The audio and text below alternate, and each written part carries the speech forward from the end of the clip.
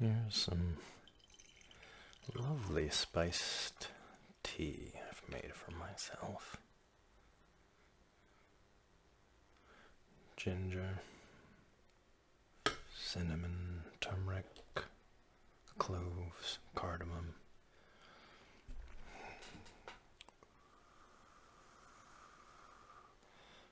Pure cozy heat.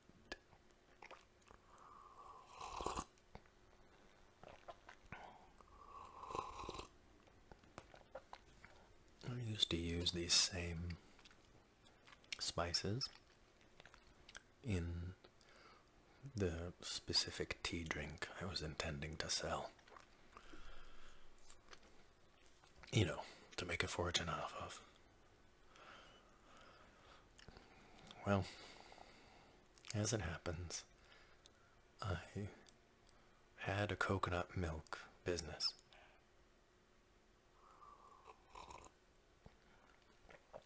I should explain the box real quick. This ginormous box that I have in the corner here is my paltry attempt at sound dampening, because there are small children next door, and although they should be asleep, they're small children. You never really know what's going to happen. I'm keeping them in that room, and they haven't left for the last few weeks because quarantine. That last part was a joke. I had a coconut milk business, though, and for the small area, this farmer's market I sold at, I did very well. It wasn't even my target market, and things were looking good. A couple things happened in my life that led me to moving north to a larger city, and that was one of the ideal target markets for my product, and so I was quite excited. It turns out it's as I'm getting older and the work being as it was, it would have been extremely, even already, as hard as it was physically, extremely difficult physically. And I've already worked all the jobs I've had just very hard physically, so I'm not looking forward to more of that. I need to plan myself out of it. So instead of sharing these spices in that fantastic drink I made and was still working over the name and art for, I had to not do so. And about a year after I made that decision, this a situation that we're all in right now happened, and quarantines were issued and things like that, and it's actually limiting my options. Not that that's why I didn't do the business, but even after I decided, it's sort of another reason that I shouldn't have gone into the business anyway. So it was kind of fortuitous that it didn't work out. And now my options are limited as to other activities, jobs, things like that. And I'm working and I'm happy at what I'm doing. And it also affords me some time and space for a little bit, just enough, certainly, for recording videos for you guys. And so I've been doing that. And while I'm enjoying this tea, I wanted to catch up everyone on, not any more of the boring stuff that I'm going through really, but to the point that you might be interested in. I've decided on a series of videos that I'm now building up a cache of so that I can draw upon them when I want some time off. And I really like the series. I've been doing some meditating on which I haven't been able to do in a long time, meditation, so I'm very grateful for that. But it's good to relax me and center me, all that sort of stuff. But also I have used it a little bit objectively,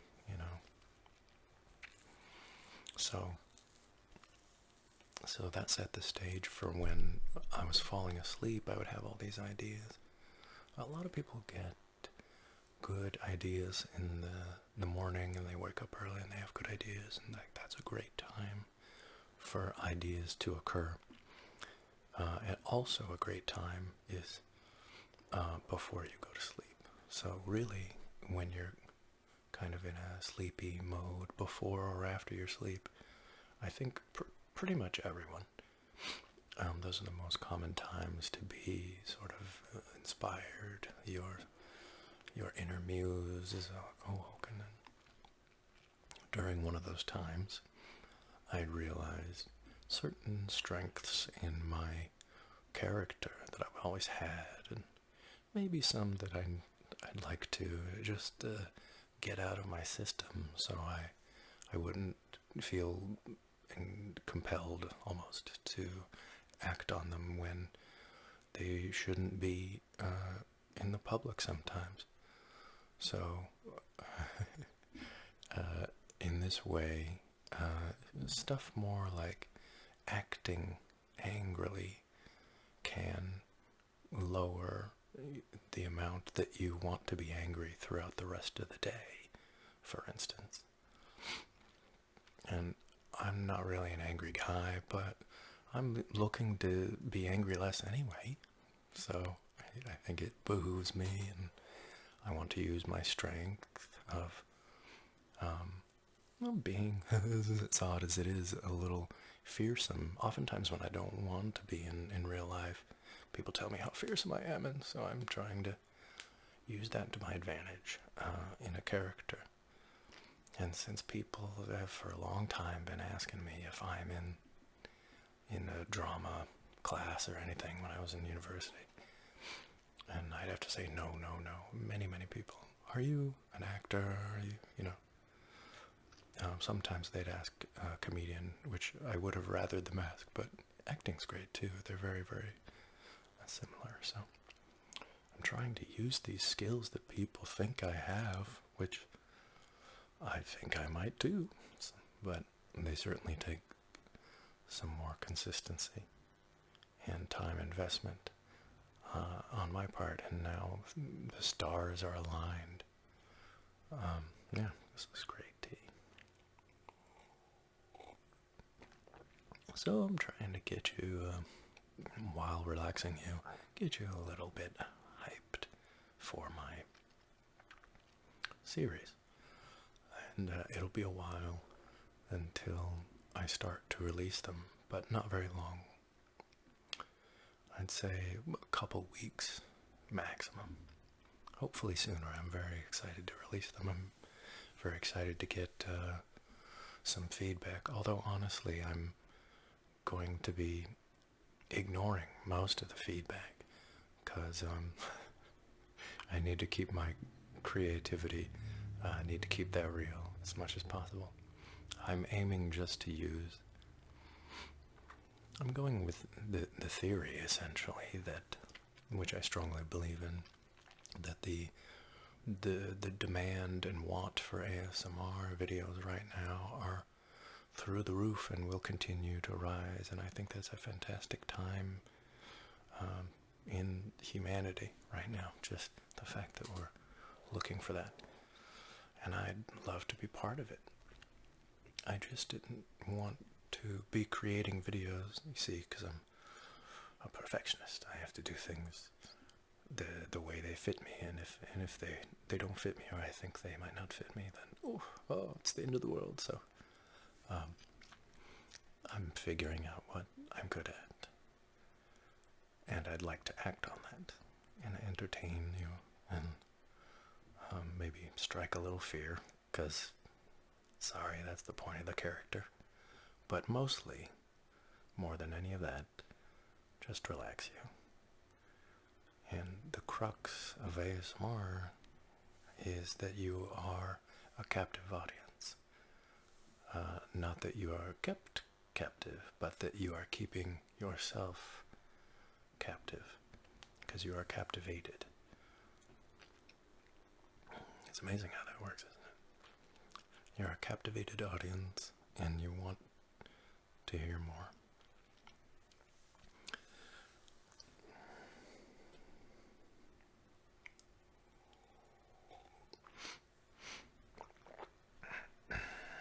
I was also thinking about the relationship between hypnosis and ASMR, and I think they're one and the same, I would say, and there's nothing wrong with that. I think it's a beautiful thing that we're now finally utilizing for each other a bit more systematically, at least. Not that we weren't doing it before, but the videos you watch and that you enjoy are just, at least for me, and I think for you, just an environment that suits you best, that you are suited for, that you're comfortable with. For me, I have certain triggers that make me not be triggered. So certain things that just stop my tingles. I won't name names here, but I'm sure some other people are experiencing this, viewers and ASM artists alike. For me, and this is just me, I've been talking about how I'm theorizing how ASMR works as a whole, but now I'm going to venture into a place where I know it's just me. Personally, I can't watch somebody doing ASMR and get the same amount of tingles, and oftentimes no tingles at all, if I'm attracted to the person. And if you've been with the channel a long time, even though I've barely released any videos, you know, at least one of my videos I brought up how I was sort of tortured by the idea that people found me attractive in videos, because I personally have trouble getting tingles from videos where the artist is attractive to me.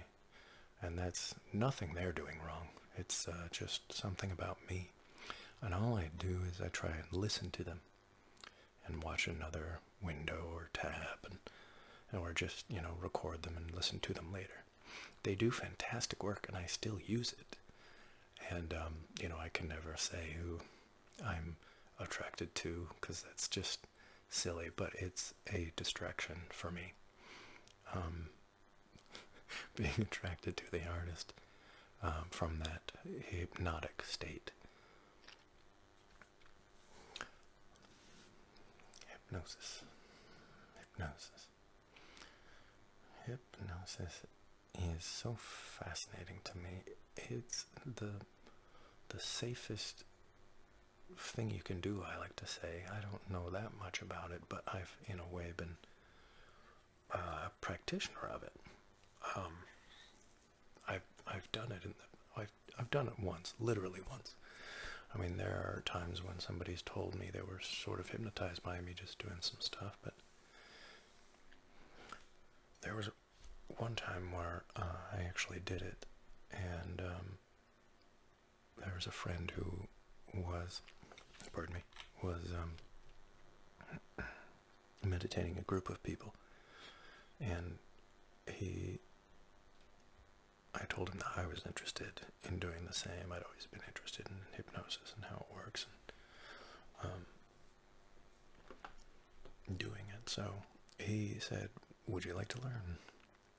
And he hypnotized a group earlier that night. He taught me enough and guided me through the process well enough and quickly enough so that I could do it that very evening as well. So I hypnotized a group of people. And a lot of those people, since I was very new to doing this, I'd say like maybe 20 people up to. And a lot of them came out of it, didn't go in it. Well, a couple of them didn't go in at all. A lot of them started. And a lot of those people came out of it quickly. But a couple people stayed in the state. And there was, funnily, I mean, I was proud of my performance by then. That would have been more than enough for me. But there was one person who, and they were an actor. This is where I don't know what happened exactly.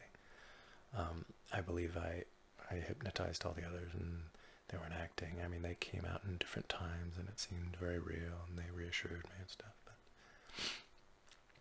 But the actor stayed in it for quite a while and I was sort of limit testing at some point. I was like, this is wild that I just started hypnotizing people and he's in it this long. By then it'd been maybe over 10 minutes. Certainly a long time for somebody just starting. And I tried to limit test. In a way, I tried to guide them into a place where they might be a little uncomfortable, not to reveal too much. But basically, I led them to sort of reveal to us the way they felt around their childhood crush.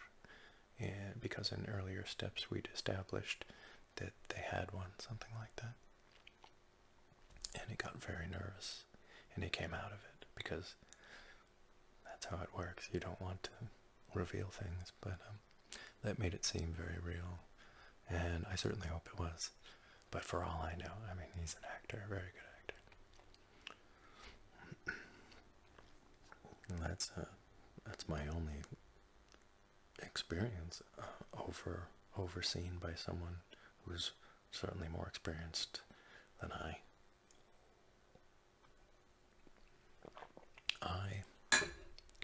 Excuse me, love spiced tea. I love ginger and cardamom especially, and cinnamon and all that stuff, and black pepper. I go crazy for black pepper, man. As soon as there was that fad a few years ago that I still eat the stuff that you do turmeric with black pepper to activate it or something. Who knows, right? Certainly not me. I haven't researched this. I like to sit in the humor of not knowing sometimes. Like, what's the harm? I thought that was perfect when that came around, because I had loved black pepper for a long time, and I've enjoyed various dishes with turmeric and used it more and more, as I had already been making chais by that point by myself. I put black pepper on everything. It's fantastic.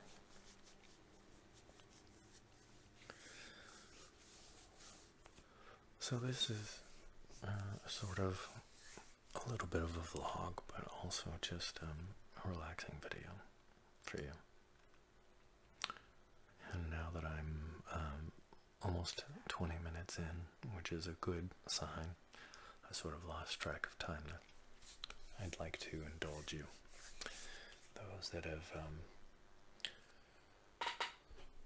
this will be a little unique. People that have been with this channel for a while are well aware of the power of Twocans, and from my limited, from my limited sound equipment, you can even pick up the effect of it pretty well.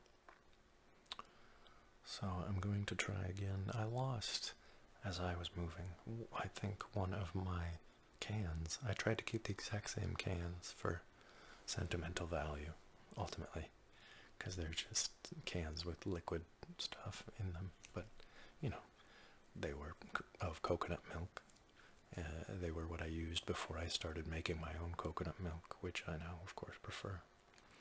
But this is perfectly great coconut milk. Now I had to get a replacement can.